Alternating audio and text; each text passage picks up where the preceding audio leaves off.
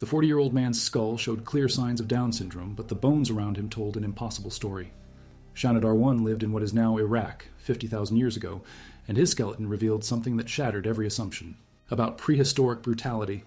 His right arm had been amputated above the elbow, his right leg was withered, and he was completely blind in his left eye. Yet he lived 4 decades in a world where a broken ankle meant death. Someone fed him every day for 40 years. Someone protected him during mammoth hunts and ice storms. Someone loved him enough to keep him alive when survival meant choosing between the strong and the weak. But Shanidar I wasn't unique. Archaeological sites across Europe and Asia have revealed dozens of Ice Age burials where people with disabilities lived full lives in communities that should have abandoned them immediately. These weren't isolated acts of mercy.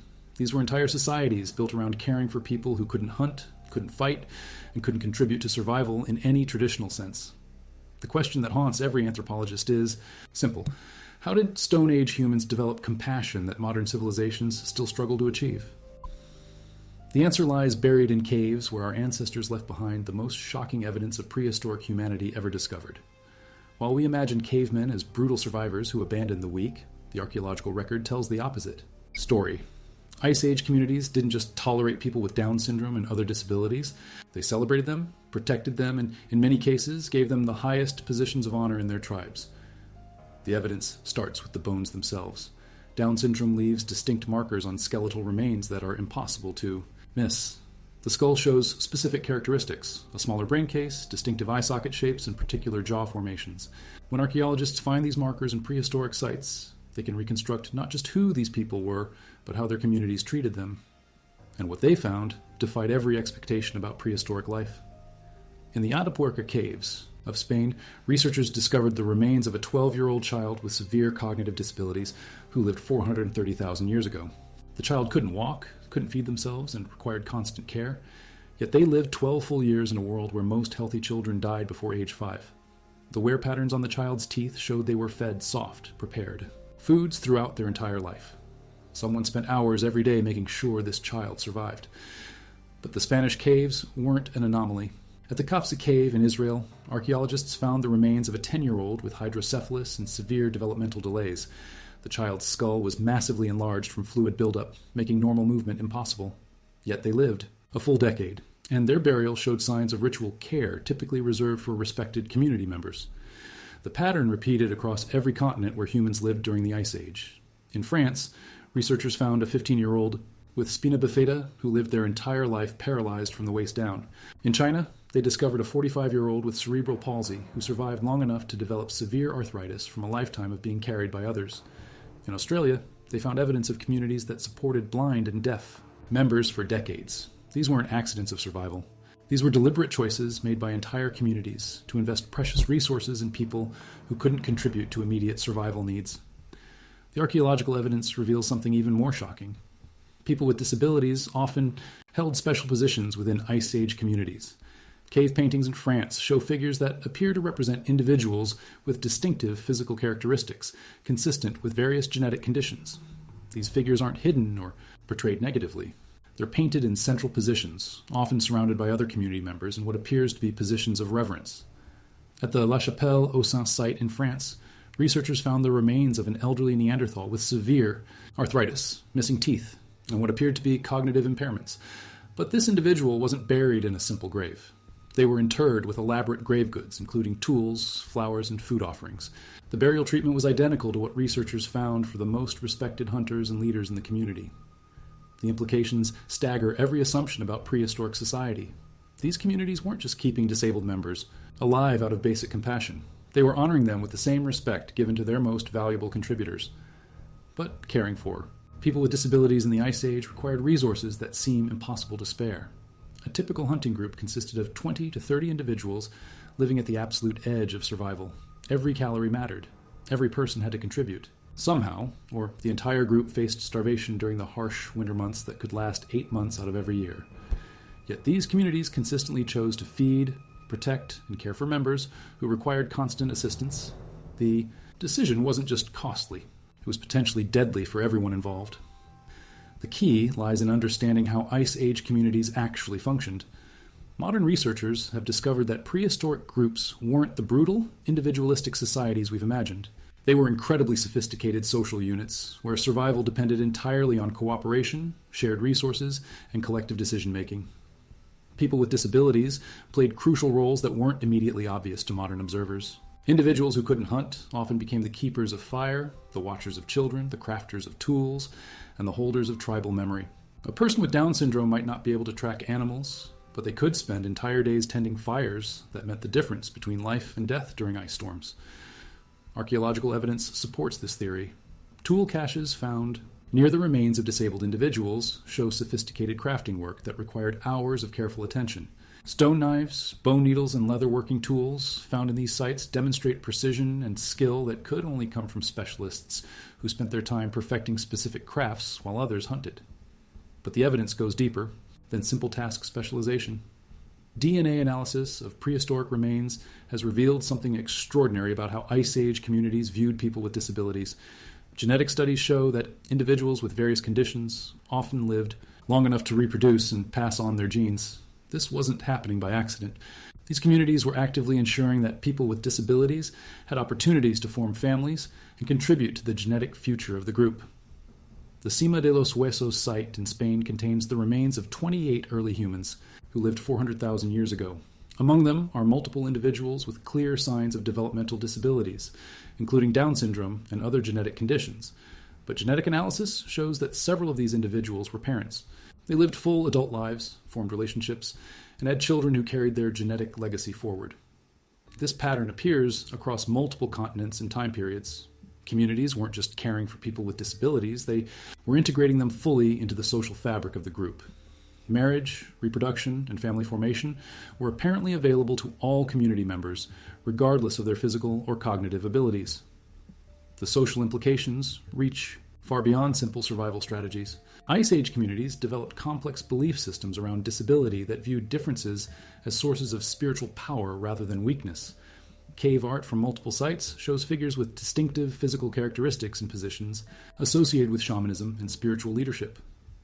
At the Cosquer Cave in France, paintings dating back 27,000 years show hand stencils where several hands are missing fingers. Initially, researchers assumed these represented individuals who lost fingers to frostbite or hunting accidents, but closer analysis revealed that the missing fingers followed patterns consistent with genetic conditions that affect limb development.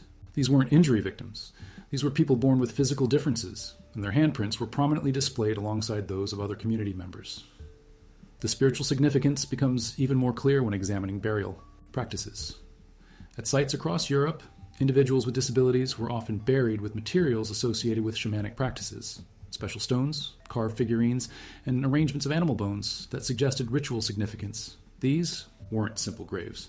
These were shrines dedicated to individuals who held special spiritual positions within their communities. But the most shocking discovery came from genetic analysis of Neanderthal remains found in Croatia. The Krapina site contained fragments from multiple individuals, including several with clear signs of Down syndrome and other genetic conditions.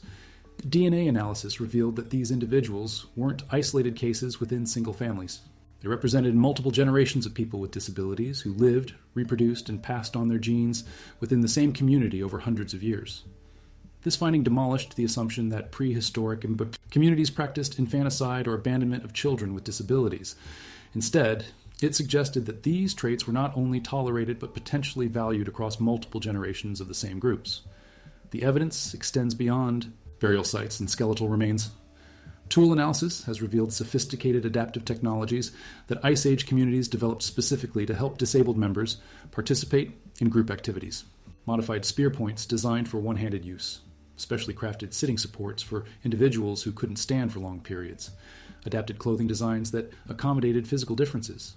These weren't crude accommodations thrown together in emergency situations. These were carefully engineered solutions that represented significant investments of time and skill.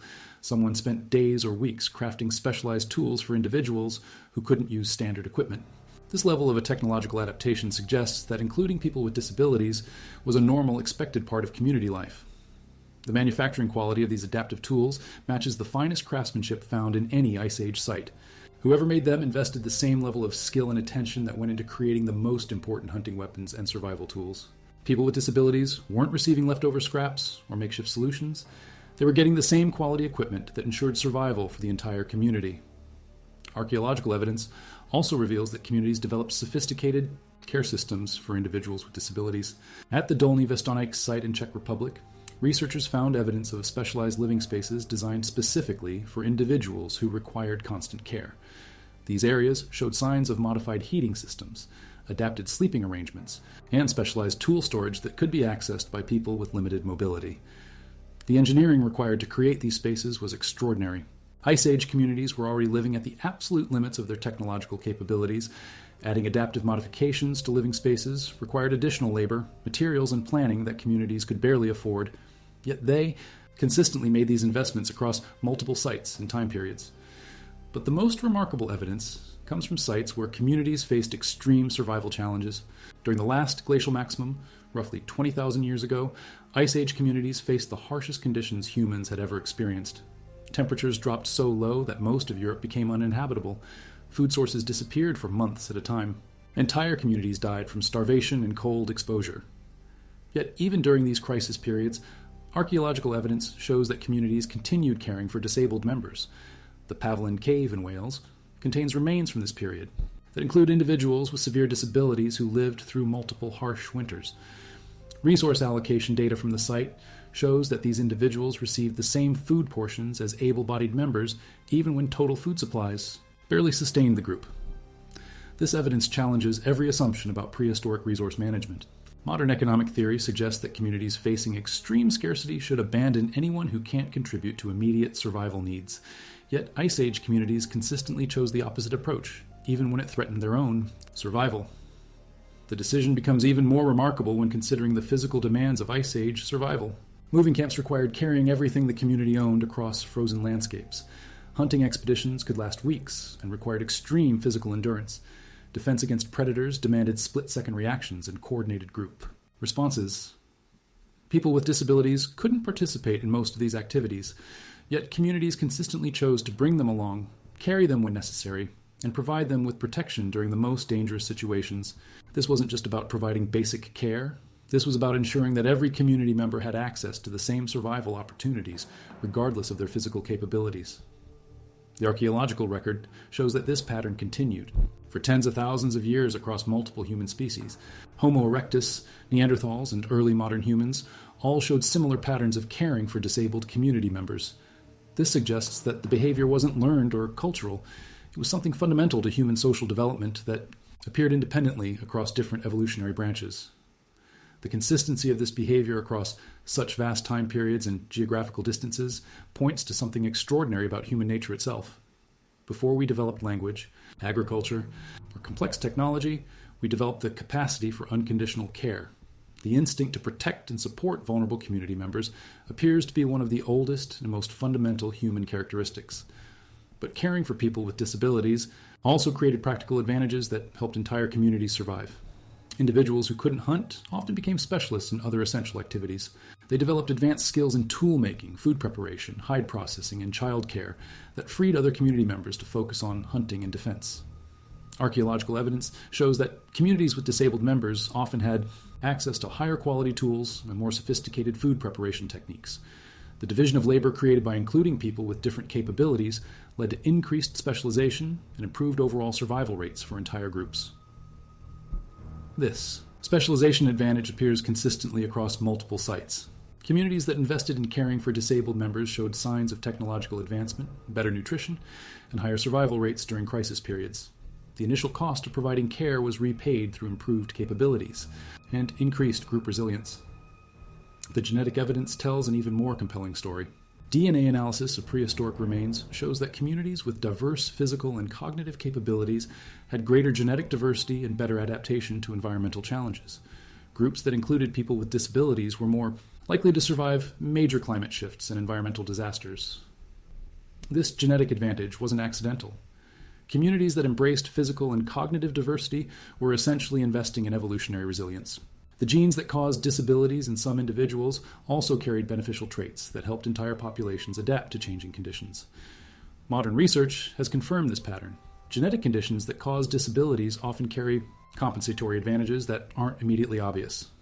The same genes that cause Down syndrome also provide resistance to certain cancers and improved immune system function. Communities that protected people with these conditions were unknowingly protecting beneficial genetic variations that helped their descendants survive future challenges. The implications extend far beyond prehistoric survival strategies.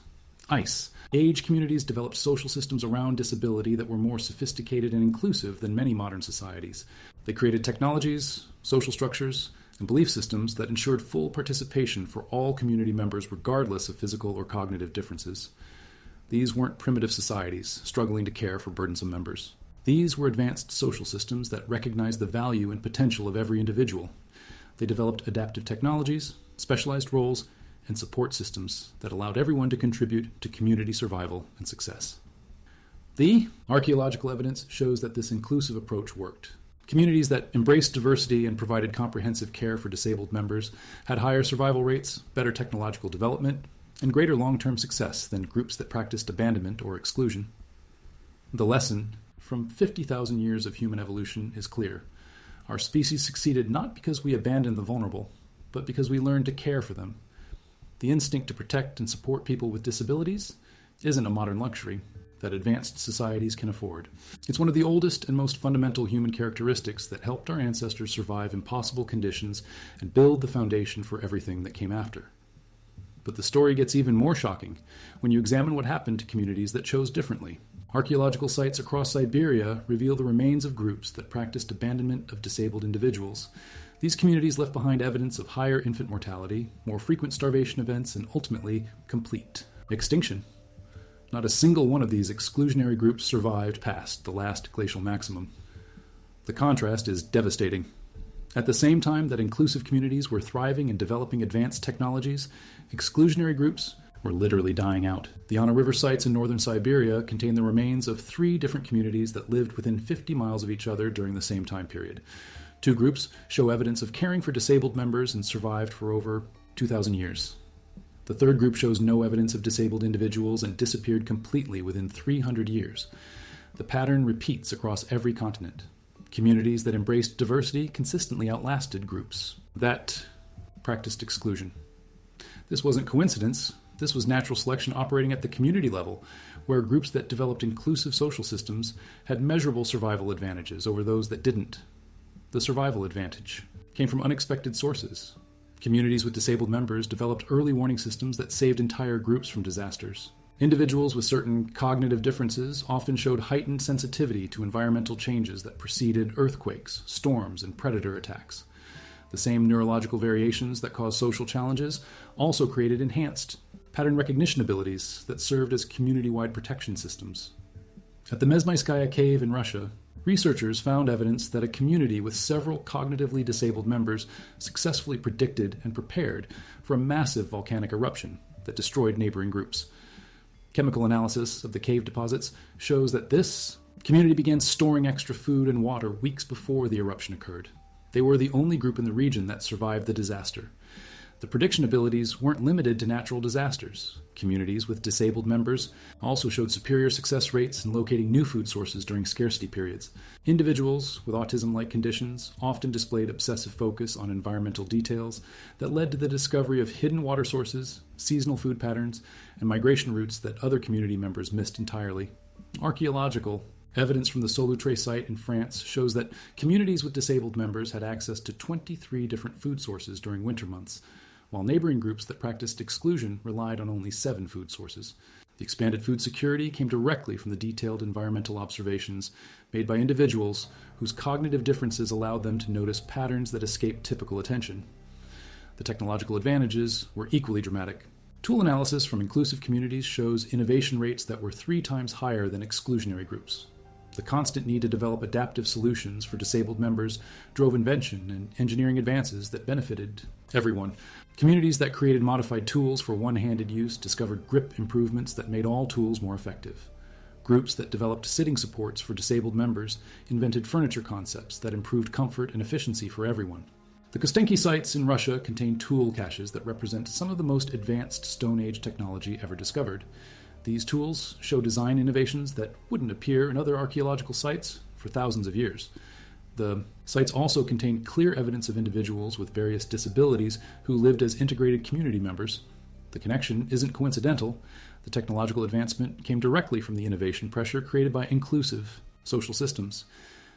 But the most remarkable discovery involves communities that faced deliberate attacks from exclusionary groups. Warfare between different human communities was common during the Ice Age, with resources so scarce that conflicts over territory and food sources could determine survival for entire populations. Archaeological evidence shows that inclusive communities consistently won these conflicts despite having members who couldn't participate in traditional combat roles. The advantage came from superior strategic planning and community coordination. Disabled individuals often served as intelligence gatherers, tactical planners, and communication coordinators during conflicts. Their different cognitive approaches led to military innovations that gave inclusive communities decisive advantages over groups that relied only on traditional warrior capabilities. The Paviland Cave contains evidence of a battle where an inclusive community of 47 individuals defeated an attacking force of over 60 warriors from an exclusionary group. Weapon analysis shows that the inclusive community used coordinated tactics and innovative weapons, designs that completely overwhelmed their numerically superior opponents. The battle ended the exclusionary group entirely, while the inclusive community continued thriving for another 800 years. These military advantages weren't limited to single conflicts. Inclusive communities developed alliance networks with other diverse groups that created mutual defense systems spanning hundreds of miles. Communities that practiced exclusion remained isolated and vulnerable to attacks that they couldn't repel alone. The social networks created by inclusive approaches provided security benefits that extended far beyond individual community boundaries. The alliance evidence appears in trade goods found at archaeological sites across Europe and Asia. Inclusive communities had access to resources from thousands of miles away, indicating extensive trade networks that provided security and prosperity during the harshest survival periods. Exclusionary communities show no evidence of long-distance trade, suggesting they remained isolated and vulnerable throughout their brief existence. But the genetic evidence reveals the most shocking truth about Ice Age inclusion practices. DNA analysis of prehistoric remains shows that communities with disabled members didn't just survive better, they evolved faster. The genetic diversity created by protecting individuals with different capabilities accelerated adaptation rates that helped entire populations develop new survival characteristics. Modern humans carry genetic markers that trace directly back to Ice Age individuals with various disabilities. The genes that once caused cognitive differences in prehistoric communities now provide enhanced problem-solving abilities, improved pattern recognition, and increased creativity in their modern descendants. The same genetic variations that required community support 50,000 years ago now drive innovation in science, technology, and art. The evolutionary acceleration was dramatic. Communities that practiced inclusion developed new genetics, adaptations in roughly half the time required for exclusionary groups. This faster evolution provided advantages in environmental adaptation, disease resistance, and cognitive development that compound across thousands of generations to create measurable differences in modern populations. Population genetics research shows that regions where inclusive Ice Age communities thrived now have higher rates of innovation, better environmental adaptation, and greater social resilience than areas where exclusionary groups once lived. The social choices made 50,000 years ago continue influencing human development today through genetic legacies that trace directly back to communities that chose compassion over efficiency. The implications extend to understanding modern human capabilities. Archaeological evidence suggests that many traits we consider recent developments actually evolved in Ice Age communities that embraced disability. Complex language systems, advanced problem-solving abilities, and sophisticated social cooperation all show evolutionary signatures that trace back to communities where disabled individuals played central roles in group survival. The linguistic evidence is particularly striking. Cave sites with disabled community members show the earliest examples of complex symbolic systems that evolved into modern human language. The communication needs created by including individuals with different cognitive and physical capabilities drove language development at accelerated rates that benefited entire communities. At the Blombos Cave in South Africa, researchers found symbolic artifacts dating back 100,000 years that show sophisticated communication systems. The site also contains remains of individuals with various disabilities who were clearly integrated community members. The symbolic complexity found at inclusive sites exceeds anything discovered at exclusionary locations, suggesting that diversity directly drove language evolution. The artistic evidence tells the same story. The world's most sophisticated Age art comes from communities that included disabled members. The Lascaux caves in France contain paintings that represent the pinnacle of prehistoric artistic achievement. Archaeological evidence from the site shows that several of the artists had physical disabilities that would have made traditional hunting impossible, but their artistic contributions created cultural legacies that survived for tens of thousands of years. These artistic achievements weren't decorative luxuries that communities could barely afford. They were sophisticated information storage systems that preserved essential survival knowledge across generations. The complex symbolic systems developed by inclusive communities allowed them to accumulate and transmit knowledge at rates that gave them enormous advantages over groups that relied only on direct experience. The knowledge preservation systems, created by Ice Age communities with disabled members, represent some of humanity's first educational technologies. Cave paintings, carved symbols, and arranged stone markers served as libraries that stored information about seasonal patterns, food sources, danger signs, and survival techniques. Communities that developed these systems could access accumulated knowledge from dozens of previous generations, while exclusionary groups started fresh with each new generation. But the most devastating evidence against exclusionary practices comes from climate change data.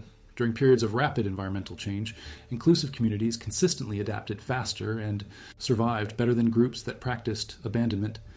The diverse problem-solving approaches provided by disabled community members created resilience that proved essential during the most challenging survival periods in human history. The Younger Dryas period, roughly 12,000 years ago, brought climate changes so severe that they caused mass extinctions across multiple species. Temperatures dropped dramatically within decades, food sources disappeared, and entire ecosystems collapsed. This period represents the ultimate test of different survival strategies. The archaeological record shows unambiguous results. Every single exclusionary community that entered the Younger Dryas period disappeared completely. Not one survived. The rapid climate changes. Meanwhile, inclusive communities not only survived, but expanded their territories and developed new technologies that helped them thrive during the crisis period. The survival rate difference was 100%. The adaptation success came from cognitive diversity that generated multiple solutions to unprecedented survival challenges. When traditional food sources disappeared, disabled community members often identified alternative resources that other members had overlooked. When conventional shelter techniques failed during extreme weather, individuals with different cognitive approaches developed innovative protection systems that saved entire groups. Archaeological sites from this period show that inclusive communities developed cold weather technologies that were thousands of years ahead of their time. Advanced clothing systems, improved heating methods, and food preservation techniques that wouldn't appear in other archaeological contexts until much later. Periods. The innovation pressure created by protecting vulnerable community members during extreme conditions drove technological advancement that benefited everyone. The genetic analysis of survivors from this period reveals that modern human populations carry genetic markers from Ice Age individuals with disabilities who lived through the Younger Dryas catastrophe. The same genetic variations that once required community support during crisis periods now provide enhanced adaptation abilities that help modern populations respond to environmental challenges. But perhaps the most remarkable discovery involves communities that faced complete resource exhaustion. Several archaeological sites show evidence of groups that survived extended periods where traditional survival methods became completely impossible. These communities developed revolutionary approaches to resource management that allowed them to survive when every conventional strategy had failed. The key factor in every case was the presence of disabled community members whose different cognitive approaches generated solutions that escaped traditional thinking. Communities without cognitive diversity faced these challenges using only conventional methods and died when those methods proved inadequate. Communities with disabled members consistently found alternative approaches that allowed survival during impossible conditions. The medical evidence from Ice Age remains reveals something even more extraordinary about how these communities understood and treated different conditions. Chemical analysis of teeth and bones shows that individuals with Down syndrome and other genetic conditions received specialized diets that modern science recognizes as medically appropriate. Communities somehow understood that people with certain conditions needed different nutritional support, and they provided it consistently for decades. At the Spy Cave in Belgium, researchers found the remains of a 35-year-old Neanderthal with Down syndrome, whose bones showed evidence of a calcium-rich diet that prevented the bone deterioration typically associated with the condition.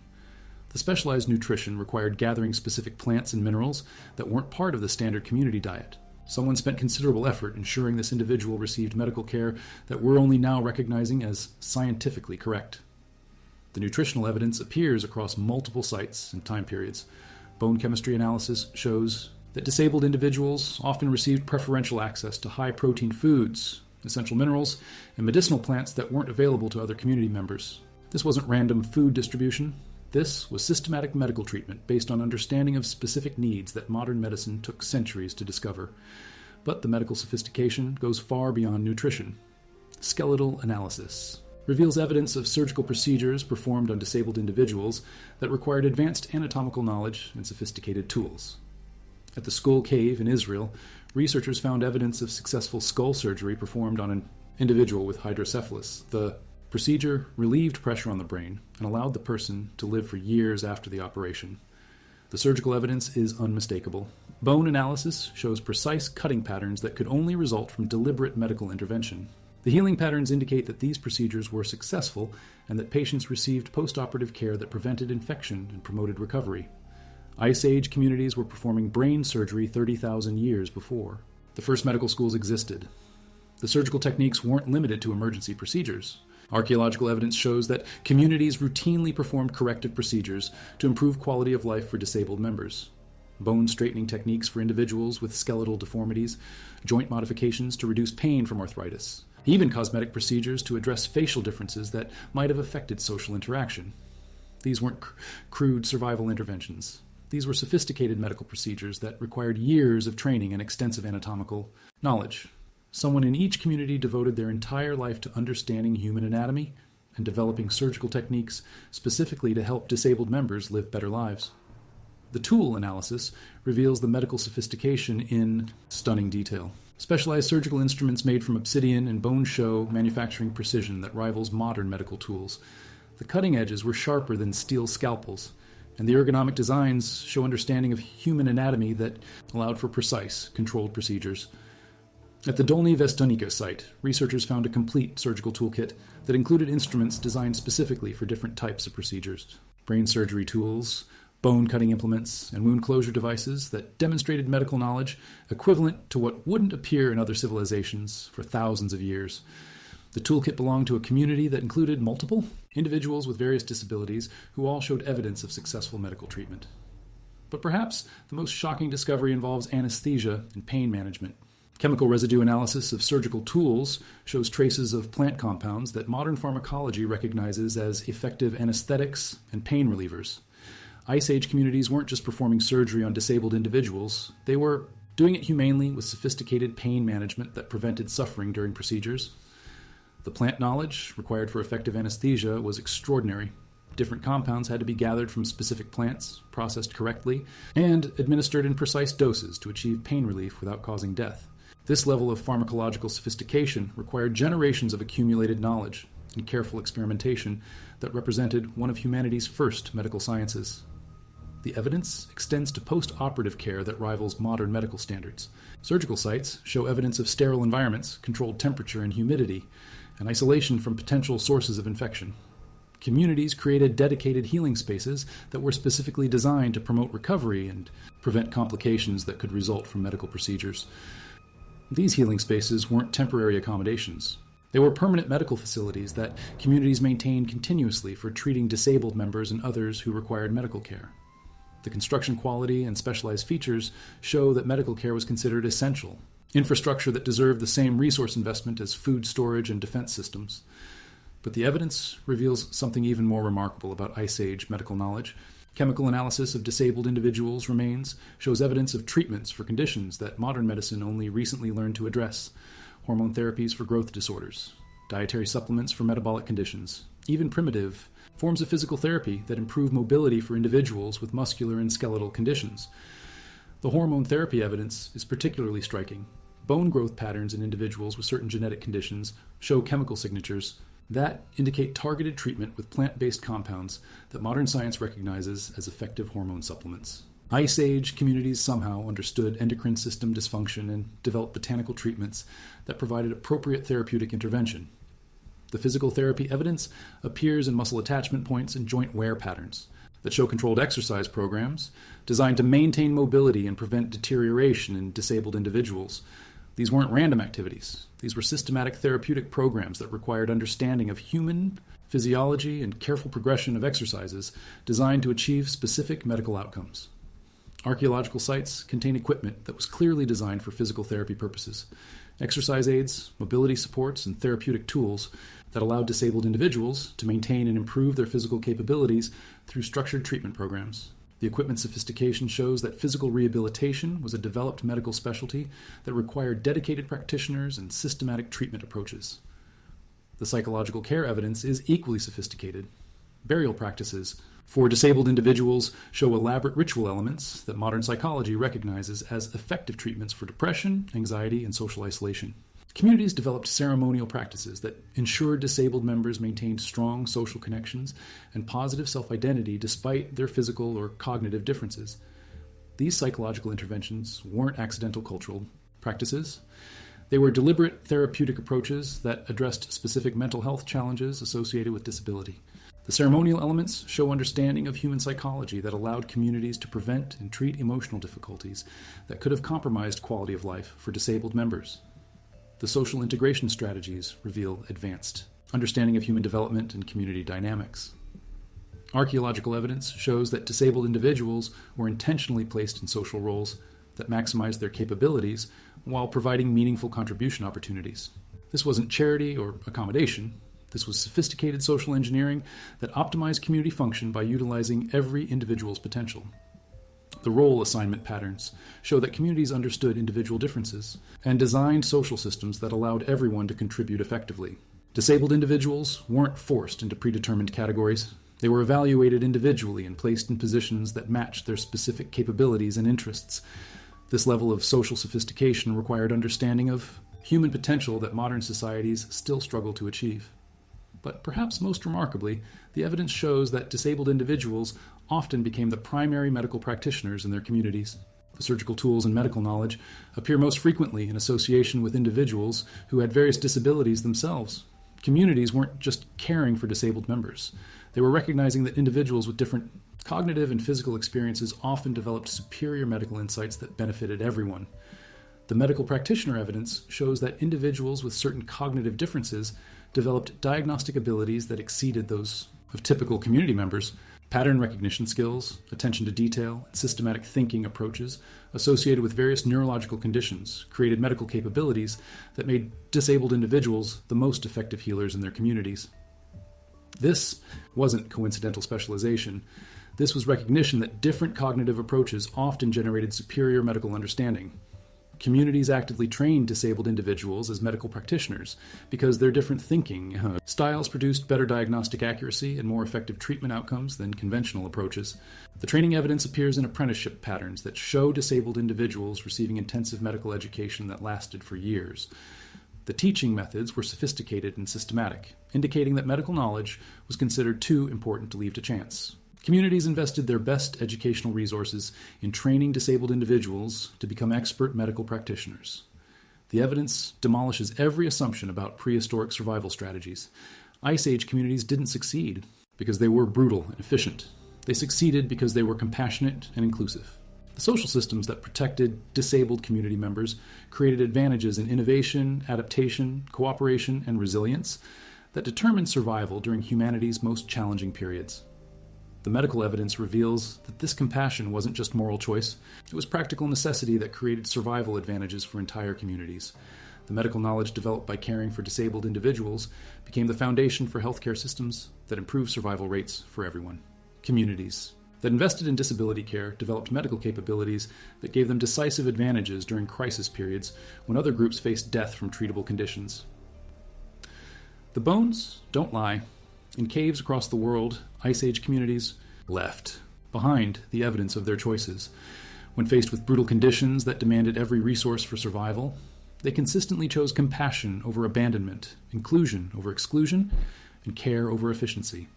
Those choices didn't just help disabled individuals survive. They helped our entire species develop the capabilities that allowed humans to become the most successful social animals in Earth's history. 50,000 years later, those choices still echo in every archaeological site where disabled individuals lived full lives surrounded by communities that valued them, not despite their differences, but because of them. The legacy of Ice Age inclusion isn't just historical curiosity. It's the foundation of everything that makes modern human civilization possible. The medical knowledge, social systems, and technological innovations that emerged from caring for disabled individuals created the platform for every subsequent human achievement. We didn't succeed in spite of our compassion. We succeeded because of it.